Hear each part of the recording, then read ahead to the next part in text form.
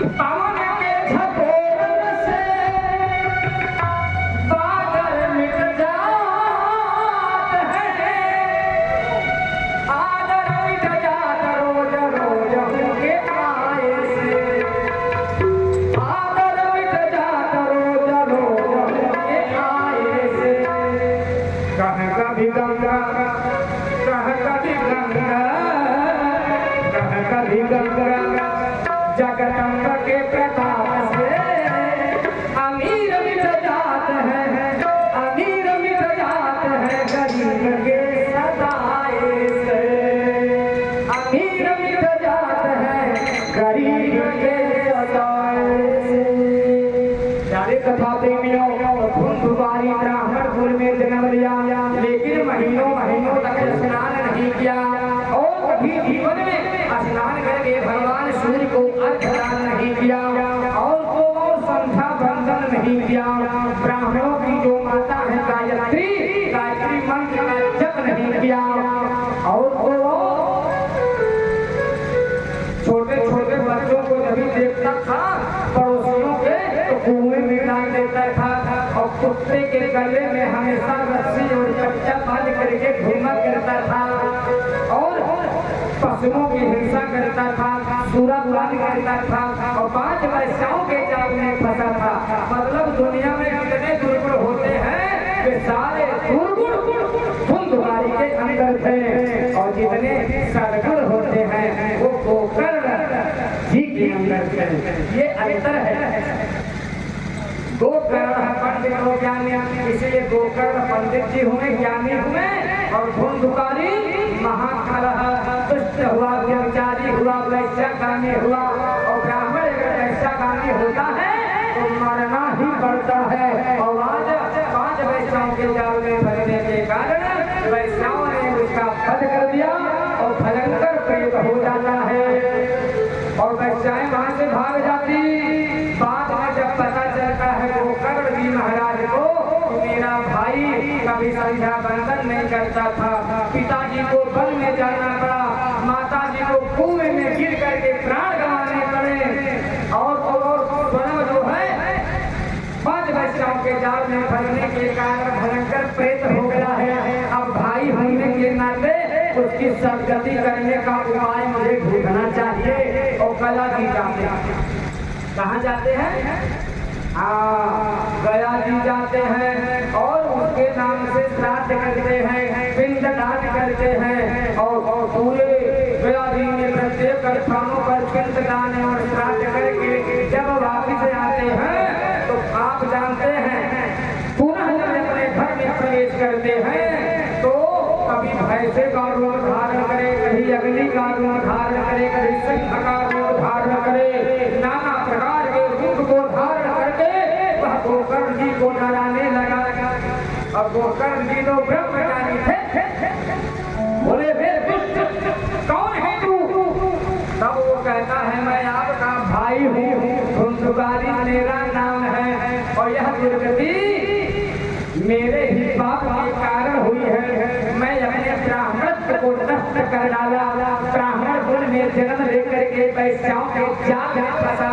माता पिता के लिए पुत्र तारक सिद्ध होना चाहिए किंतु मैं मारक सिद्ध हुआ। पिता को वन में भेजना पड़ा, माता को कुएं में गिर करके मरना पड़ा। और माता कहती है अरे पप्पू तेरे शरीर में मेरा अधिकार है, मेरे पेट में 9 महीने तक तुझे संभाल के रखे। माता को अपना अधिकार जताती है। पिताजी कहते हैं अरे पप्पू तेरे शरीर पे मेरा अधिकार है, मेरे रक्त से पैदा हुआ है। पत्नी कहती है होशियार खबरदार पप्पू तेरे शरीर पर मेरा अधिकार है, मायके छोड़ करके यहाँ खाने खाती आई है, अधिकार जताने। और मालिक कहता है अरे पप्पू तेरे शरीर में मेरा अधिकार है, पगार देता हूँ, इसलिए पगार देता हूँ। तो ये शरीर 12 घंटे तक मेरे अधिकार में है, जहाँ चाहूँगा वहाँ भेजूंगा, इस शरीर को जाना पड़ेगा। मालिक अपना अधिकार जताता है और पशु और पक्षी कहते हैं अरे पप्पू तेरे शरीर पर मेरा अधिकार है। पप्पू घबरा जाता है, बोले वो कैसे आप सबका अधिकार है? पशुओं ने कहा, पक्षियों कहा पूरे जीवन में जितने पशुओं की आपने हिंसा करी है, जितने पक्षियों की आपने हिंसा करी है, उन सभी पशुओं की, उन सभी पक्षियों की भी आपके इस शरीर पर बने अधिकार बनता है। जिस तरह से आपने हमारे मांस का भक्षण किया है, उसी प्रकार से मर जाने के बाद ये शरीर मेरे अधिकार में आएगा और आपके शरीर के मांसों का भक्षण हम भी उसी प्रकार से करेंगे। ये पशु और पक्षी कह रहे हैं। बोलिए भागवत भगवान की। विश्वास नहीं है क्या? मांस, मांस शब्द का अर्थ जानते हैं? दो शब्दों से मिलकर बना है मांस। मां धन सह मिलाएंगे तो मांस बनेगा। माम माने मुझे, संस्कृत में माम माने मुझे, मम माने मेरा या मेरी, अहम माने मैं, माम माने मुझे और सह माने वह। तो माम धन सह बराबर मांस। माम माने मुझे, सह माने वह मुझे खाएगा, मैं उसे खाऊंगा। ये मांस शब्द का अर्थ है। यह माम खादति सब अलग खादिष्यते। यह माम खादति, यह माम खादति, जो माम माने मुझे खाएगा, सब मया खादिष्यते, मया माने वह मेरे द्वारा भी खाया जाएगा। ये पशु और पक्षी कहते हैं। अग्नि देवता कहते हैं हे पप्पू तेरे शरीर पर मेरा अधिकार है। कभी को चार लोग कंधे दे करके राम नाम सत्य है बोलते हुए अग्नि के अधिकार में लाते हो। इसलिए शरीर एक है प्यारे, अधिकार अनेक है। माता का अधिकार इसी शरीर पर, पिता का अधिकार इसी शरीर पर। विवाह के मंडप में चढ़ के नीले से वधू के लोढ़े को पत्थर को हटाए। आपने कहा कि आपकी रक्षा सुरक्षा व्यवस्था की जिम्मेदारी हमारी है। मार्ग में कंकड़ पत्थर आवेगा तो इसी तरह से हटाऊंगा। इसलिए बकरी का भी अधिकार है, पशुओं का भी अधिकार है, पक्षियों का भी अधिकार है, मालिक का भी अधिकार है, अग्नि देवता का भी अधिकार है। प्यारे कथा प्रेमियों, इसलिए अधिकार अनेक है, शरीर एक है, तो क्या किया जाए? बहुत ध्यान से सुनो, छोटा सा उपाय बताता हूँ। शरीर एक, अधिकार अनेक। तो पत्नी का जो अधिकार बनता है वह अधिकार पत्नी को दो, पिता का जो अधिकार बनता है वह अधिकार पिता को दो, माता का जो अधिकार है वह अधिकार माता को दो, मालिक का जो अधिकार है वह अधिकार मालिक को दो। लेकिन मन किसी को मत देना। मन से गोविंद का भजन और शरीर से अधिकारों का निर्वहन करते रहो, नैया पार हो जाएगी। दुनिया में किसी भी संबंध में, किसी भी वस्तु में अपने मन का अटैचमेंट न होने पावे, इसका ख्याल रखना। शरीर दुनिया वालों को चाहिए और ये मन से भगवान का गोविंद का भजन करना चाहिए। यह शास्त्र का सिद्धांत है।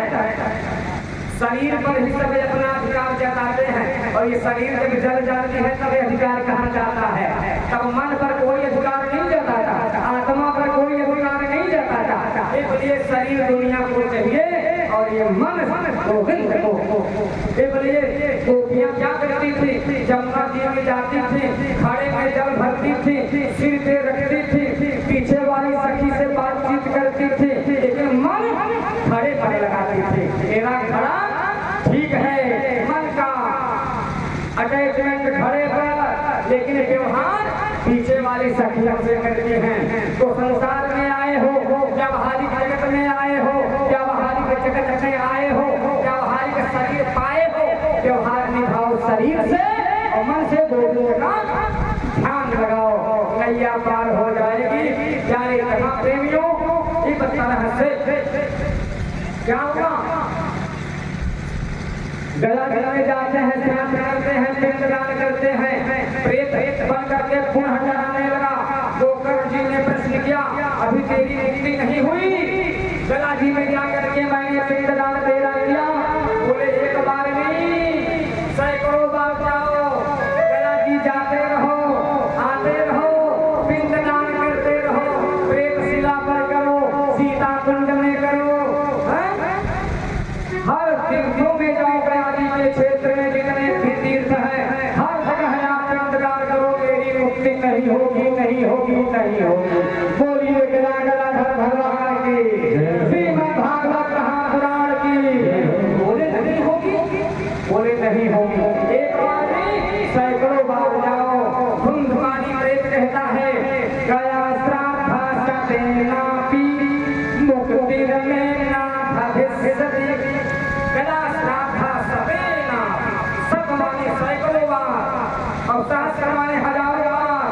लक्ष्य माने लाखों बार और कोटि माने करोड़ों बार।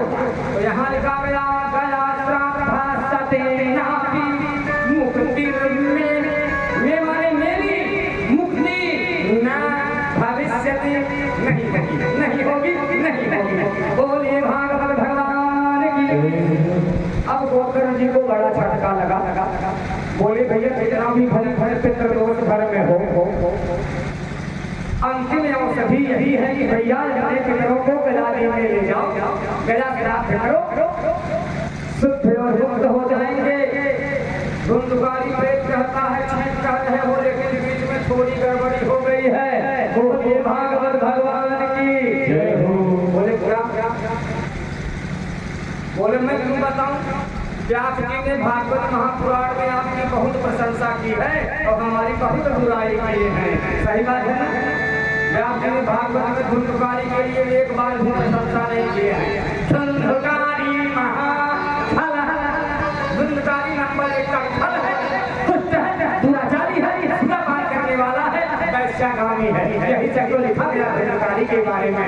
और भैया आपके बारे में बहुत बड़ाई की गई है भागवत में। गोकर्ण जी पंडित जी हैं और ज्ञानी हैं। तो आप ज्ञानी हो, पंडित जी हो, तो आप बताओ ना, अगर गया श्राद्ध करने पर मेरी मुक्ति नहीं हुई तो अब मेरी मुक्ति कैसे होगी? अब गोकर्ण जी परेशान, बोले राम राम राम। अब गोकर्ण जी इतने बड़े ज्ञानी थे, लेकिन इस रहस्य को, इस उपाय को भी नहीं जानते थे। अब जितने बड़े बड़े संत महात्मा मिलते थे सबसे पूछते, कोई सही उत्तर नहीं ले पाया। लेकिन ज्ञानी थे, सुबह जब संध्या वंदन कर रहे थे, गायत्री मंत्र पढ़ रहे थे और जल को गायत्री मंत्र से अभिमंत्रित करके भगवान सूर्य का आवाहन करते हैं और भगवान सूर्य की गति रुक जाती है, भगवान सूर्य ठहर जाते हैं। और भगवान सूर्य कहते हैं, मुझे किस कारण से आपने रोका? मेरी गति को आपने क्यों रोका? बोले मेरे प्रश्नों का उत्तर देते हुए जाइए। बोले कौन सा उत्तर? बोले गया श्राद्ध करने पर भी अगर प्रेत की मुक्ति नहीं हुई तो अब बताओ उनकी मुक्ति कैसे होगी? भगवान सूर्य कहते हैं श्रीमद् भागवतान मुक्ति। एक बात कौन बता रहा है? भगवान सूर्य बता रहे हैं। धुंधुकारी की जो प्रेत योनि से मुक्ति नहीं हुई गया श्राद्ध करने से, तो अब कैसे होगी? श्रीमद् भागवतान मुक्ति, श्रीमद् भागवत से मुक्ति होगी। बोले कितने दिन तक सुननी पड़ेगी? सप्ताहं वाचनं कुरु। सप्ताह शब्द का अर्थ जानते हैं? हमारे होता है तीनों, नोट कर लीजिएगा। अहर निश्चित एक शब्द है, अहर निश्चित। अह माने दिन और निशा माने रात्रि, रात दिन मिला करके अहर निश्चित कहा जाता है। अह माने दिन होता है, कई तरह से समझा सकता हूँ। जैसे एकादशाह, एक 10 और एक 10 मिला तो 11 होगा। एकादशाह माने दिन और दशाह, 10 माने दसवां, अह माने दिन, दसवां दिन, दशाह, त्रयोदशा और अह माने दिन, हमारा दिन, अह माने याद रखिएगा दिन होता है। बोलिए भागवत भगवान की जय हो। सप्ताह, सप्त माने 7, यह माने दिन, 7 दिन तक सप्ताह वाचनं, 7 दिन तक श्रीमद् भागवत महापुराण की कथा सुनने से मुक्ति हो जाएगी। जब भगवान सूर्य ऐसा उत्तर बताते हैं, उपाय बतलाते हैं, तो गोकर्ण महाराज स्वयं व्यास पीठ पर बैठ करके भागवत जी की कथा सुनाने लगे। एक जगह कथा चल रही थी, ख्याल करने लीजिए, चौंकी के आगे जगन्नाथ, देवपुर वाले कथा से पहले वहां की कथा थी 13 मार्च से 26 मार्च तक, और देवपुर की जो कथा थी वो 24 अप्रैल से 2 मई। तो जगन्नाथपुर में जो कथा चल रही थी वहां पे बोले महाराज की 7 गांठ वाली बांस आपने गड़वाया नहीं, जिस बात में धुंधकारी आगे बैठा था। हमने कहा प्यारे कथा प्रेम में धुंधकारी 7 दिन की कथा सुन करके मुक्त हो गया था, वो भगवान का पार्षद बन गया। 4 हाथों वाला हो करके चारों हाथों में शंख चक्र गदा पद्म धारण करके भागवत में लिखा गया है भगवान के पार्षद जाते हैं निहाल में बिठा करके दिव्य धाम को लेके जाते हैं। अब धुंधकारी प्रेत नहीं रह गया है, इसलिए भागवत जी की कथा में 7 गांठ गड़वा करके धुंधकारी को प्रेत रूप में बुलाना हमारे बस में नहीं है। बोलिए भागवत भगवान की।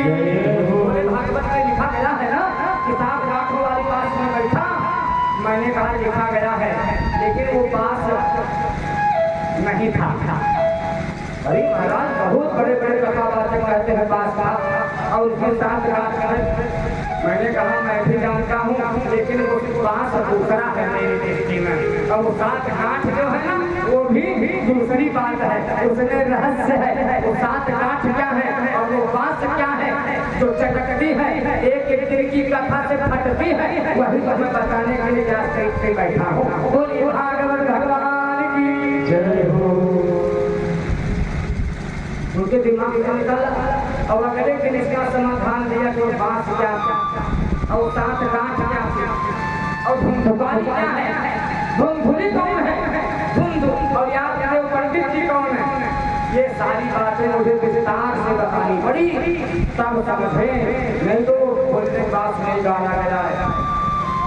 अरे भाई इस प्रश्न का समाधान इस प्रसंग को मैं इसलिए यहाँ छेड़ा पहले कि ये तो हमारा पड़ोसी गाँव है, हमारा नाम ही है, हमारा परिवार है, इसलिए ये लोग पहले वितर्क ना करें, इसीलिए पहले ही मैं ये प्रसंग यहाँ पे रख दिया।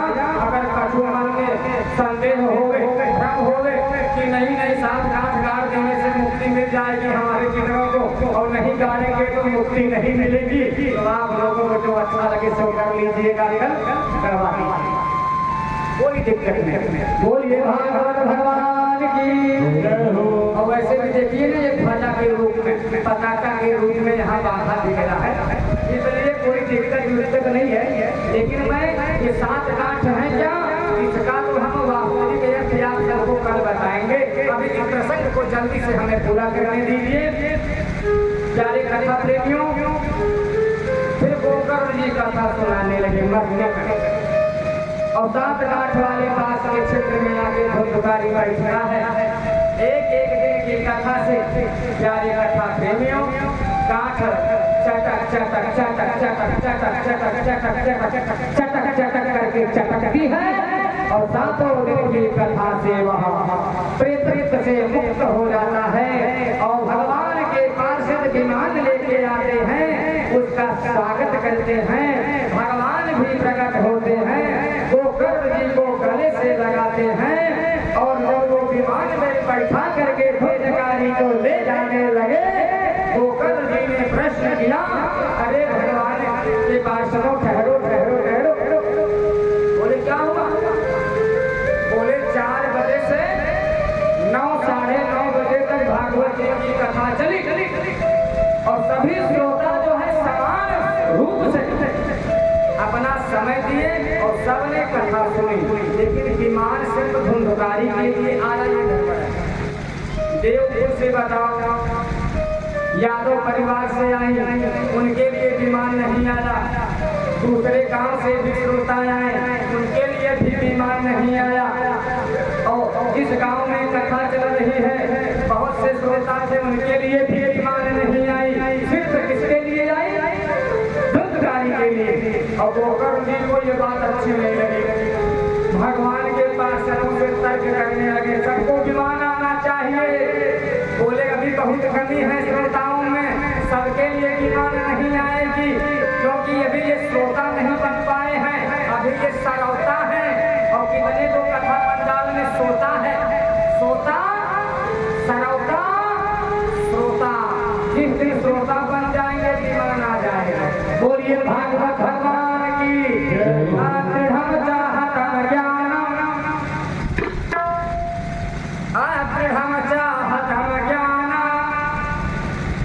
ज्ञान है लेकिन दृढ़ ज्ञान नहीं है, अदृढ़ है, तो उस ज्ञान से कोई मतलब नहीं। और मंत्र जप रहे हैं, संदिग्ध हो, मंत्र के प्रति अगर संदेह हो गया है तब भी मंत्र जप का कोई भी फल नहीं है।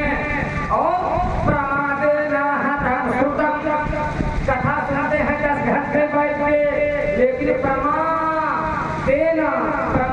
युक्त होकर के कथा सुनते हैं। कान कथा पंडाल में, मन आगरा के ताजमहल में, कान कथा सुन रहा और मन दिल्ली के लाल किला पे। बताओ कैसे लाभ मिले?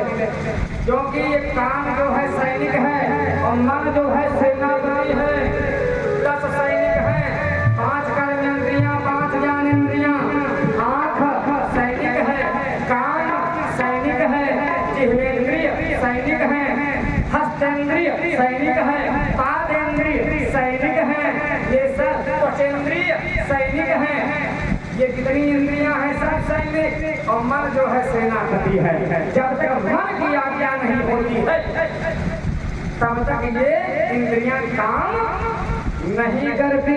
जब मन कहता है कि मुझे चलना चाहिए कथा पंडाल से उठ के, तो आप ये 5 इंद्रिय जो है चलने लगता है। मन सेनापति है। इन सैनिकों का संचालन कौन करता है? मन करता है। और कान अकेला कथा सुन रहा है, लेकिन सेनापति मन का अटैचमेंट कानों से नहीं है, मन कहीं और है और कान कथा सुन रहा है। तो जीवन पर्यंत कथा सुनते रहो, कथा श्रवण का लाभ 1% भी मिलने वाला नहीं है।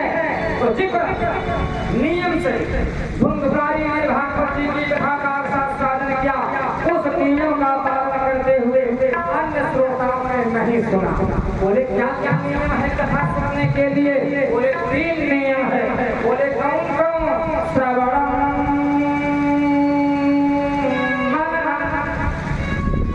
कान से श्रवण करो, मन से मनन करो, निधिध्यासन। निधिध्यासन माने होता है जीवने तदाचरणम, जीवन में आचरण में उतारना। कान से सुनो, मन से मनन करो और आचरण में उतारो। ये 3 नियमों का पालन जो करता है कथा श्रवण का पूरा लाभ प्राप्त करता है। इन 3 नियमों का पालन धुंधकारी में ईमानदारी से करी, इसलिए दिमाग आया। अन्य श्रोताओं ने सिर्फ टाइम पास किया, एक दूसरे के बगल बैठ करके बातचीत की। कोई गुरुओं का दर्शन करता है कथा वाचन के अंदर, कोई दोषों का दर्शन करता है। अनेक प्रकार के श्रोता कथा पंडाल में आते हैं। ये बड़े दिमाग न आने का यही कारण है कि 3 सूत्रों का पालन वह श्रोता नहीं करता। यही सही है। अगर ईमानदारी से कोई नियमों का पालन करे, या पीठ पे बैठ करके एक पक्की बात बताता हूँ, मुझ में लाख गुण हो, करोड़ों गुण हो, मेरा भले ही कल्याण ना हो, परंतु मेरी कही हुई बारी पर यदि आप सब चलते हैं, जीवन में उतारते हैं, तो 7% या सबका कल्याण होगा। हमारा भले कल्याण ना हो, मेरा गुण मेरे साथ हो, लेकिन मेरी बारी पर करने से आप सबका कल्याण निश्चित होगी। बोलिए भगवान की हरि शरण, हरि शरण,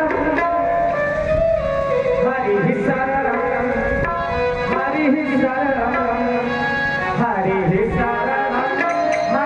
शरण, हरि शरण,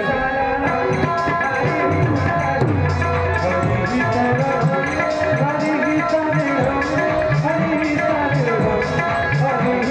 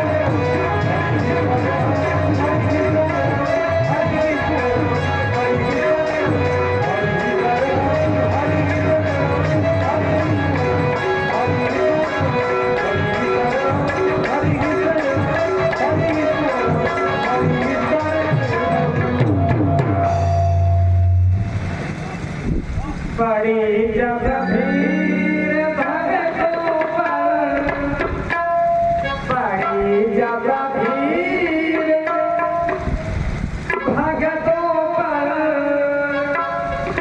हुई जब धर्म की हानि, पड़ी जब भीड़ भगतों पर, हुई जब धर्म की हानि, तभी यह मंत्र, तभी यह मंत्र, तभी यह मंत्र, तभी यह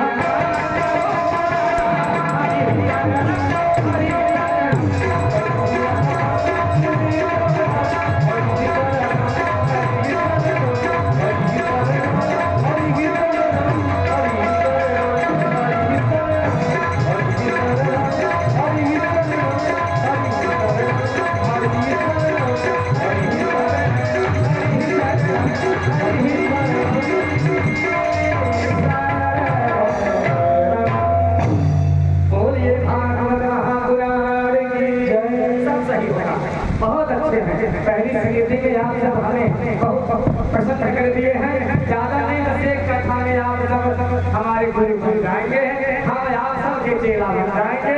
बोलिए राघवेंद्र सरकार की जय हो। प्यारी कथा तो मैं निवेदन कर रहा था क्या श्रवणस्य विभेदेन फलभेदोऽत्र संस्थितः। श्रवणस्य विभेदेन, श्रवण के भेद से फल में भेद हो जाता है। श्रवण पद्धति जिसकी जैसी होती है उसी के अनुसार कथा का फल प्राप्त होता है।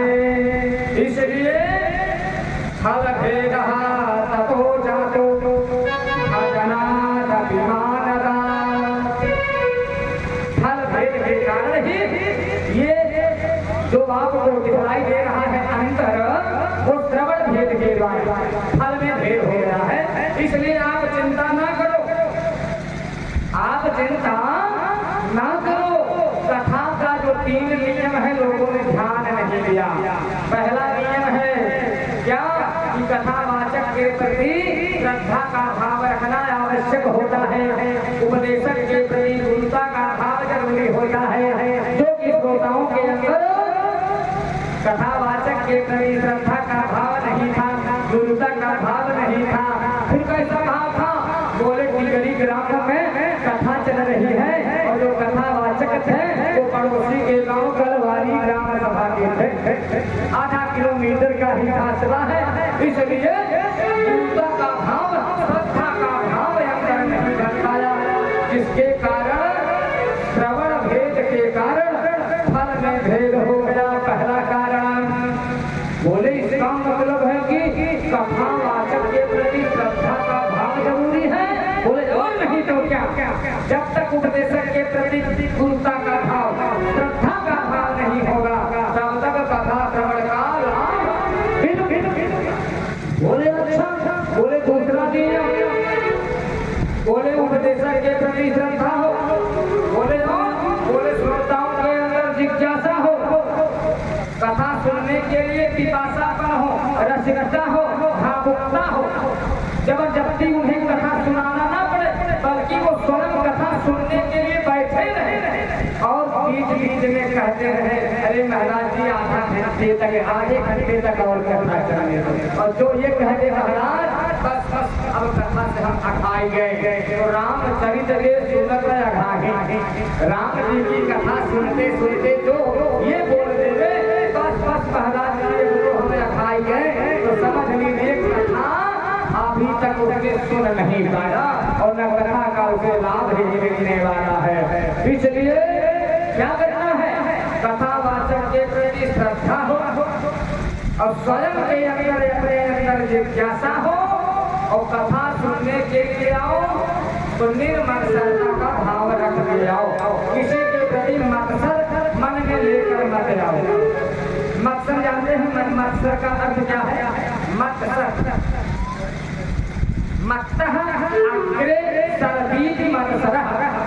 किसी को आगे बढ़ते हुए देख करके जो हमें आपको जलन होती है उसी का नाम मत्सर है। किसी के सुख को देखकर दुखी होना और दुखी व्यक्ति को देख करके सुखी होना, ये मत्सर है। अब आपके यहाँ इतनी सुंदर तरीके से इतनी अच्छी व्यवस्था के साथ भागवत जी की कथा चल रही है। अब यहाँ पे अगर मत्सर आवे, ये गरीबी बात है। कोई अपना ईगो लगावे, ये गड़बड़ बात है। इसलिए मत्सर का मतलब है सुखी को देखकर दुखी होना। बोलिए गोविंद सरकार की जय हो। पहला सूत्र है श्रद्धा, किसके प्रति? उपदेशक के प्रति। और दूसरा है जिज्ञासा, किसके अंदर कथा के प्रति जिज्ञासा हो? श्रोताओं के अंदर जिज्ञासा होनी चाहिए, प्यास लगी रहनी चाहिए कथा के प्रति। क्यों? प्यासा ही जल के महत्व को समझता है, और प्यास नहीं लगी है तो बोलेगा भैया गर्म है कि ठंडा, कुएं का है कि नलकूप का, छाने हो कि नहीं छाने हो, कई प्रश्न करेगा।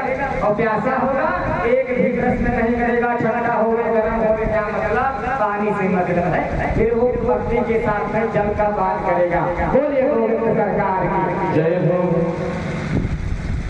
श्रद्धा, जिज्ञासा और निर्मत्सरता, तीन सूत्रों को ध्यान में रख करके जो कथा सुनता है, कथा का पूरा लाभ प्राप्त करता है। अरे गोकर्ण जी, आप चिंता मत करो, आप दोबारा कथा भागवत जी की सुनाओ।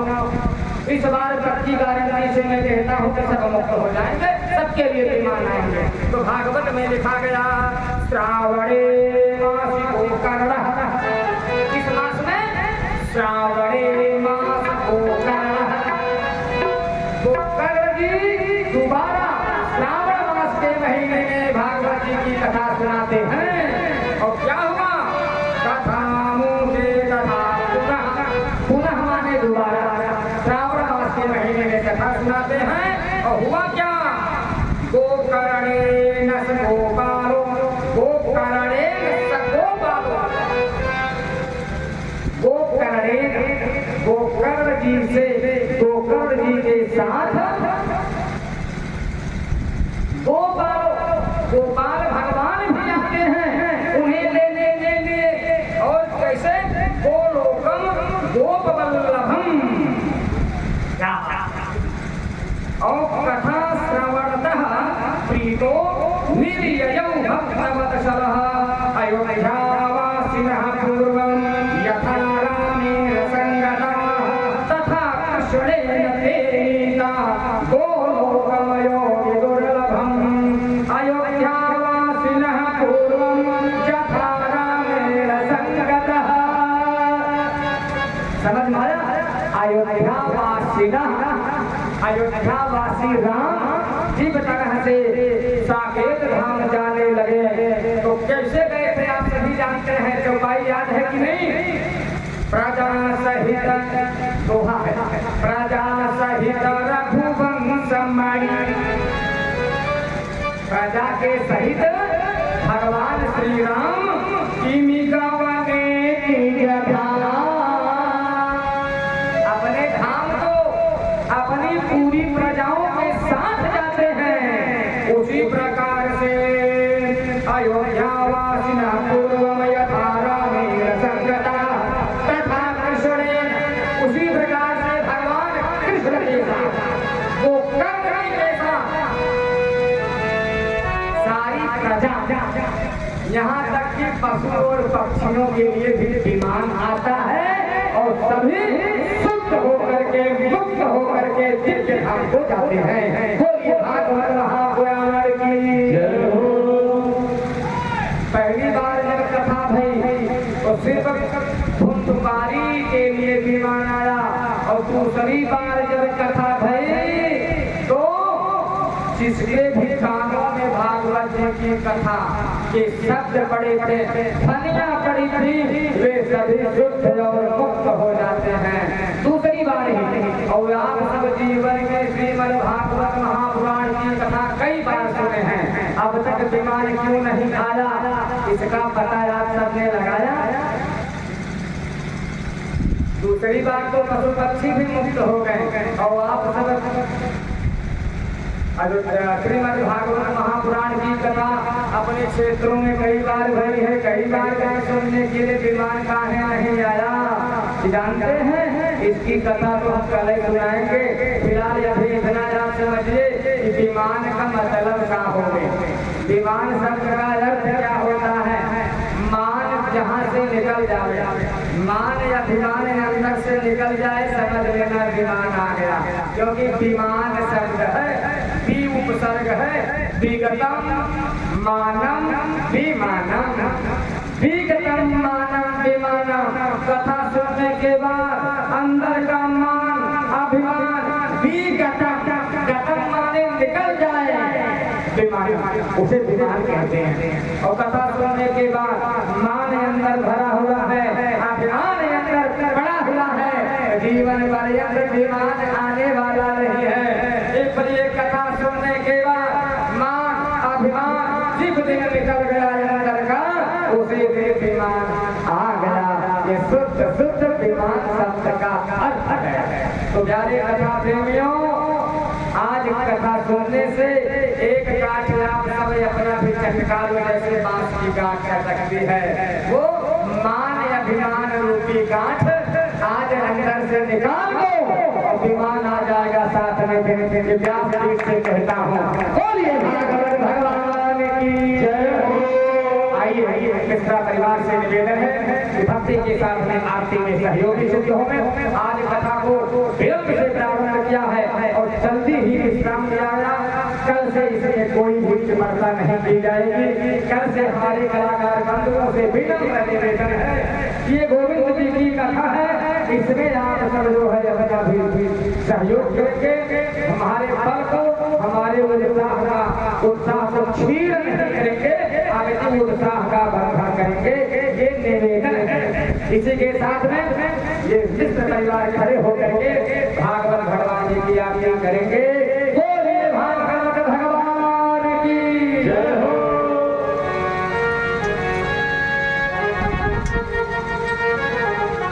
परिवार के सभी सदस्य से निवेदन है, जो भी अंदर बैठे हैं उनके निवेदन कृपया मंच के पास आ जाएं और सही लगातार अपनी हाजिरी लगाकर आरती करें।